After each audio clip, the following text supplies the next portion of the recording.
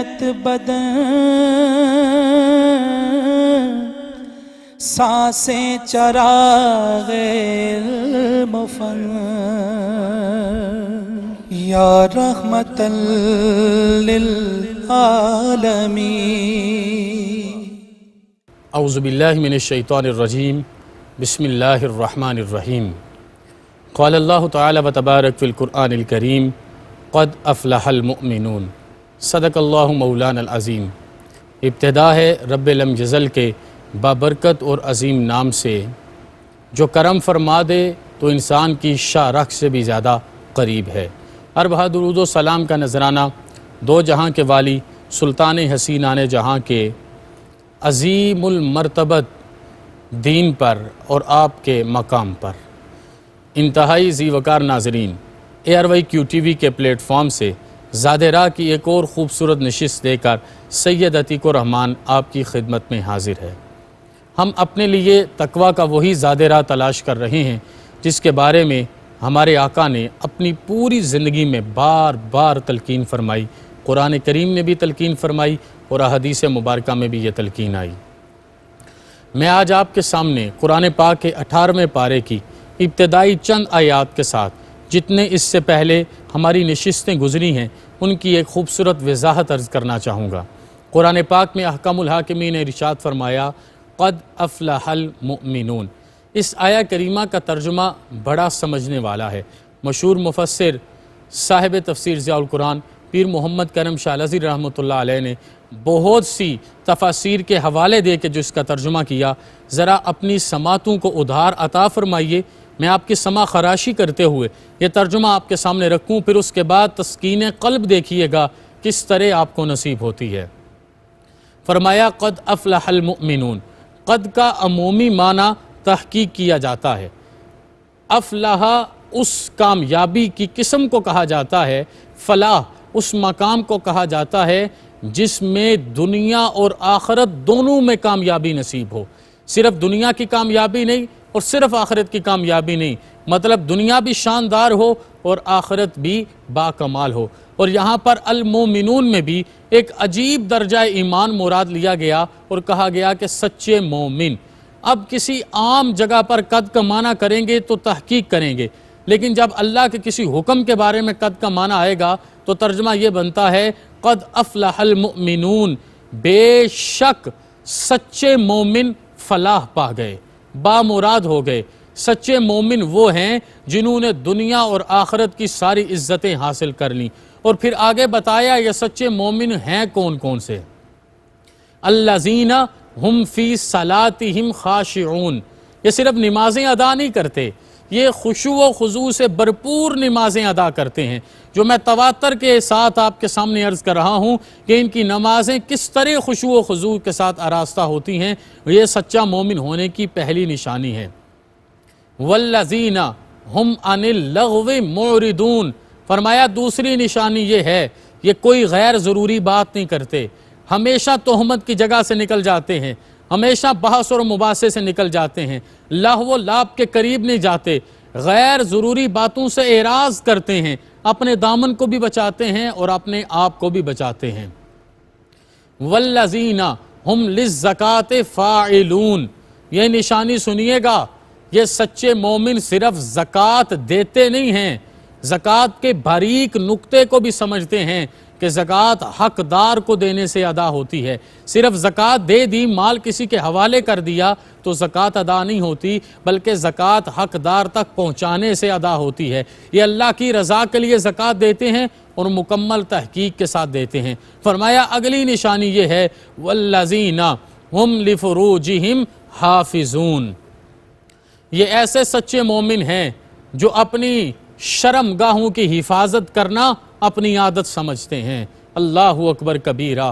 میں کیسے یہ جملے آج آپ کے سامنے رکھوں کہ ہم نے تو رمضان کریم میں صرف روزے کھانے پینے کی حد تک نہیں چھوڑے، بلکہ تمام حدوں کو پار کرتے ہوئے ہم اس مقام تک جا پہنچے کہ دل یہ کہتا ہے، وائے ناکامی متاع کارواں جاتا رہا، وائے ناکامی متاع کارواں جاتا رہا، کارواں کے دل سے احساس زیاں جاتا رہا۔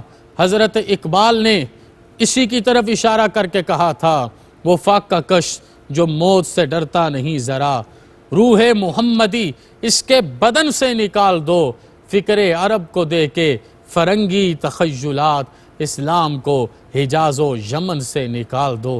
آج میرا معاشرہ جو لا الہ الا اللہ محمد الرسول اللہ کی بنیاد پر حاصل کیا گیا ایک عظیم المرتبت وطن ہے، وہاں پر جس گوناگوں کیفیت میں نگفتہ بے حالات کا شکار ہے، میں کیا کہوں۔ قرآن کہتا ہے والذین ہم لفروجہم حافظون، صرف یہ حفاظت نہیں کرتے بلکہ حفاظت کرنا جانتے ہیں۔ میں روض الریاحین میں سے حضرت امام یافی کا لایا ہوا ایک بڑا خوبصورت واقعہ آج تحفہ کے طور پہ آپ کے سامنے رکھتا ہوں۔ آپ نے لکھا کہ ایک عورت رئیس زادی تھی، بڑی خوبصورت تھی، بڑی خوبرو تھی۔ ایک دن ایک بازار میں ایک دکان پر ایک تاجر سے کپڑا خریدنے گئی، وہاں اس نے ایک نوجوان لڑکا دیکھا۔ جب اس نے اس نوجوان لڑکے کے خد و خال دیکھے، اس کے نقش دیکھے، اس کا حسن دیکھا، اس کا جمال دیکھا، تو اس کے اندر سے نفس نے حملہ کر دیا، اور اسی حملے کے ساتھ اس نے بہت سا مال خریدا اور ایک ایسا ہیلا بنایا کہ جس ہیلے کی وجہ سے اس نوجوان لڑکے کو وہ مال اس کے گھر پہنچانا تھا۔ ہم اپنی کیفیت بھی دیکھیں اور اس وقت کے جوانوں کے ایمان کی کیفیت بھی دیکھیں۔ کہا کہ وہاں سے اس نے وہ مال اس تاجر کو کہہ کے اس نوجوان لڑکے کو اٹھوایا اور اسے پیچھے پیچھے اپنے گھر لے آئی، گھر کی دہلیز کو پار کروا دیا اور اس کو آہستہ آہستہ کسی طریقے سے گھر کے اندر لے آئی، دروازوں کو بند کر دیا اور حیا فرسا لباس اپنے جسم سے اتار کے اسے دعوت گناہ دینے لگی۔ قریب تھا، اور یہ کوئی عام جملے نہیں ہیں، یہ رقت کے ساتھ سننے والے جملے ہیں۔ یہ تقویٰ کا کون سا معیار اور اس کا کون سا اعزاز ہے۔ قریب تھا کہ وہ لڑکا بہک جاتا اور اس عورت کے چنگل میں آ جاتا، اس کے جال میں پھنس جاتا اور وہ گناہ کرتا جو عرش اعظم کو بھی ہلا دیتا ہے۔ اس نوجوان لڑکے نے اس سے اجازت چاہی کہ مجھے پہلے واش روم یوز کرنے کی اجازت دو۔ غسل خانے میں رفع حاجت کے لیے گیا۔ اس کے پاس ایک ہی حل تھا کہ اپنے ظاہر کو آلودہ کر کے اپنے باطن کو بچا لے۔ اس نے وہاں پر جا کے جتنا بھی فضلہ تھا اس کو اپنے جسم پر مل لیا۔ جیسے ہی باہر نکلا وہ بدبو اور وہ کیفیت، اس عورت نے دھکے مار کے اسے اپنے گھر سے نکال دیا۔ میں اس کیفیت کا کیسے اندازہ کروں؟ یہ ہے دیار عشق میں اپنا مقام پیدا کر، نیا زمانہ نے صبح و شام پیدا کر۔ میرا طریق امیری نہیں فقیری ہے، خودی نہ بیچ غریبی میں نام پیدا کر، ایمان میں نام پیدا کر، گناہ کے ساتھ سودا نہ کر۔ وہ نوجوان لڑکا یقیناً وہاں سے نکلا ہوگا، جسم پر ظاہراً تو وہ لگا، کہا ایسی کیفیت پیدا ہو گئی ہوگی اس کے اندر کی کہ رب بھی راضی، رب کا رسول بھی راضی، ایمان بچا کے نکلا۔ کیا کیفیت اور اللہ کی کون سی رحمت اس پر آراستہ ہوئی ہوگی، اس پر سایہ فگن ہوئی ہوگی اور اس کو برسات میں لیا ہوگا۔ اس نے قریب ایک کنویں پر غسل کیا، لیکن اس کیفیت اور غم کے عالم میں کہ میں کہاں پر چلا گیا اور اس طرح مجھے ایک عورت نے دعوت دی، کہیں مجھ سے غلطی نہ ہو گئی ہو۔ ہمیں تو آج یہ چیزیں پرکھنے کی بھی گنجائش نہیں ہے، ہم اسے آج پروفیشنلزم سمجھتے ہیں۔ ہم تمام لوگ آج چند ٹکوں کے بدلے اپنا دین بیچنا سامنن قلیلہ کے عوض رمضان کا انتظار کرتے ہیں کہ کب رمضان آئے گا تو ہم بھی پروفیشنل مارکیٹ میں انٹر ہو سکیں گے۔ لیکن اس لڑکے پر ایسی کیفیت طاری ہوئی کہ اس کی روح کف سے انصری سے پرواز کر گئی۔ کہا اس کی روح کف سے انصری سے پرواز کرنے کی دیر تھی کہ اس کو دفنایا گیا۔ دفنانے کے بعد اس نوجوان لڑکے کی قبر پر مٹی ڈالی گئی۔ کہا اللہ کا ایسا کرم ہوتا تھا کہ اس کی قبر کی مٹی سے بھی جنت کی خوشبو آیا کرتی تھی۔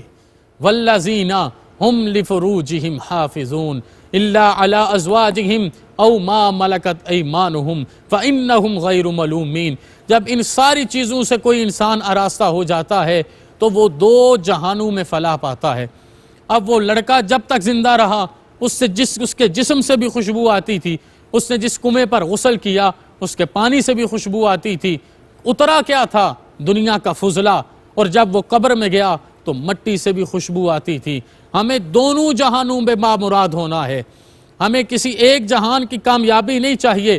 شاندار امت بن کے جیو، اپنے نبی کے بتائے ہوئے رولز اینڈ ریگولیشنز کے مطابق جیو۔ قرآن پاک کو صرف ثواب کی کتاب نہیں سمجھو، مکمل ضابطہ حیات سمجھو، اپنے آپ کو دنیا اور دین کی دونوں آنکھوں سے منور و روشن کرو، پھر دیکھو قوم کیا ہے، قوموں کی امامت کیا ہے۔ کیا جانیں یہ بیچارے 2 رکعت کے امام، کبھی بھی یہ قوموں کی امامت پامال نہ ہوگی جب آپ کی دنیا بھی بہترین ہوگی، جب آپ کی آخرت بھی شاندار ہوگی۔ آپ اندھیرے میں بھی اٹھنے والے قدم سے ڈریں گے، کہیں میرا رب ناراض نہ ہو جائے، کہیں میرے حبیب ناراض نہ ہو جائیں۔ پھر وہ عروج آئے گا کہ مومن اپنے عروج کو پہنچے، مومن اپنے کمال کو پہنچے، مومن اپنے جمال کو پہنچے، اور اللہ کرم فرما دے، عبدی یتقرب الی بالنوافل من عادی لی ولیجا فقد اذنتہ بالحرب۔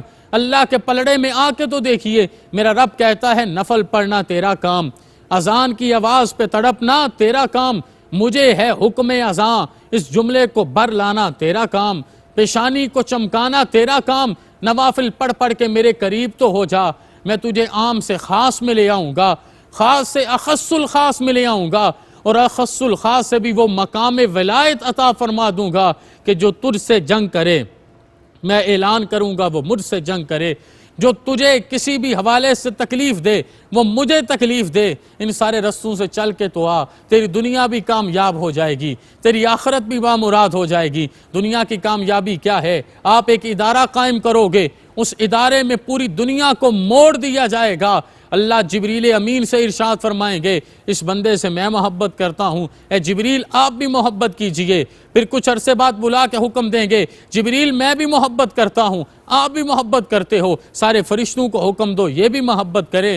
پھر کہا جائے گا جبریل دنیا پر جاؤ اور دنیا کے لوگوں کے دلوں میں اس کی محبت ڈالو، اور جب اللہ دنیا کے لوگوں کے دلوں میں محبت ڈالے گا، یہ فلاح کا پہلا حصہ مکمل ہو جائے گا۔ قد افلح المؤمنون، فلاح کا پہلا حصہ یہاں سے مکمل ہوگا۔ پھر جب وہ دنیا سے جانے لگے گا، آپ بھی اپنی دنیا میں اٹھنے والے جنازے دیکھتے ہیں، بعض جنازے ایسے ہوتے ہیں کہ لوگ ان جنازوں میں اس لیے شرکت کرتے ہیں کہ ہم ان کی گواہی دے دیں، حضور کا حکم پورا ہو جائے، قول حدیث پورا ہو جائے اور اس بندے کی بخشش ہو جائے۔ اور کتنے ہی جنازے ایسے ہیں، وہ امام احمد بن حنبل کا جنازہ ہو یا جناب محمد کا جنازہ ہو، ان جنازوں میں لوگ اس لیے جاتے ہیں کہ اس جنازے میں جانے کا صدقہ ہماری بخشش کا اعلان ہو جائے۔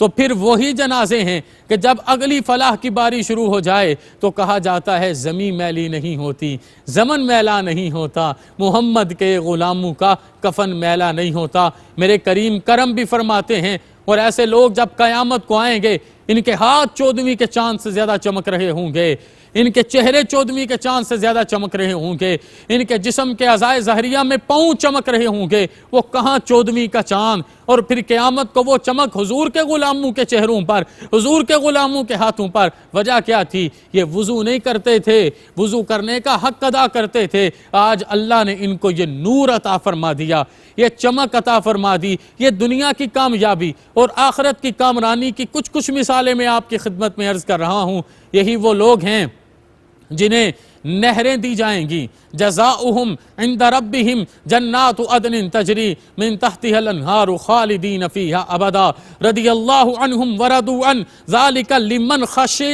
ربا۔ اللہ سے ڈر ڈر کے معاملے کرتے تھے، ان کو جنت کی سارے نعمتیں مل جائیں گی، انہیں جنت میں نہریں مل جائیں گی، محلات مل جائیں گے، حوران و غلمان مل جائیں گے، ہر طرح کا اعزاز و اکرام مل جائے گا۔ یہ راضی نہیں ہوں گے۔ ان سے پوچھا جائے گا سچے مومنوں کیسے راضی ہوگے؟ کہا اللہ نے اپنے دیدار کا وعدہ کیا تھا، میں نے روزے تو تیرے دیدار کے لیے رکھے، میں نے جنت کی طلب تو آپ کے دیدار کے لیے کی، میں نے قرآن پاک کی تلاوت تو آپ کے دیدار کے لیے کی، میں نے اپنے آپ کو زکوٰۃ کے ساتھ ارستہ آپ کے دیدار کے لیے کیا، میں بیت اللہ کا طواف کر کے لبیک کے نعرے لگاتا تو آپ کے دیدار کے لیے لگاتا۔ اے میرے اللہ کرم فرما، مجھے اپنا دیدار عطا فرما، اور جب اللہ مسکراتے تبسم فرماتے اپنا دیدار عطا فرمائے گا تو تب جا کے یہ سچے مومن حقیقی معنوں میں راضی ہو جائیں گے۔ تو یہ قرآن پاک کی پوری تفہیم ہے جو مجھے اور آپ کو سمجھنی ہے، اور مجھے اور آپ کو سمجھ کر اس پر عمل کرنا ہے۔ نمازوں کو خشوع و خضوع کے ساتھ قائم کیجئے، اپنے آپ کو ہر لغو بات سے دور کر لیجئے، زکوٰۃ ادا کریں اور حق والے تک پہنچا کے ادا کریں، اور اپنی شرم گاہوں کی اور نگاہوں کی حقیقی معنوں میں حفاظت کریں، پھر رب کی رحمت ہوگی، پھر آسمان سے سکینہ نازل ہوگی، پھر آپ کے قلوب و اذہان کو منور کیا جائے گا، پھر مومن سچے مومن کے درجے پہ آئے گا، اور بے شک دنیا میں بھی کامیاب یہی ہے، آخرت میں بھی کامیاب رہی ہے۔ اس کا رزق رزق کریم ہوگا، اور اس کی موت بھی لوگوں کے لیے رشک آفریں اور رشک امبر بنے گی۔ اللہ پاک مجھے اور آپ کو توفیق عطا فرمائے، وہ رستہ جو دین اسلام نے عطا فرمایا ہم اس پر چل کے کامیابی اور کامرانی کے ساری راہیں اپنے نام کر سکیں۔ وما علینا الا البلاغ المبین۔ آئینہ رحمت بدن، سانسیں چراغ علم و فن،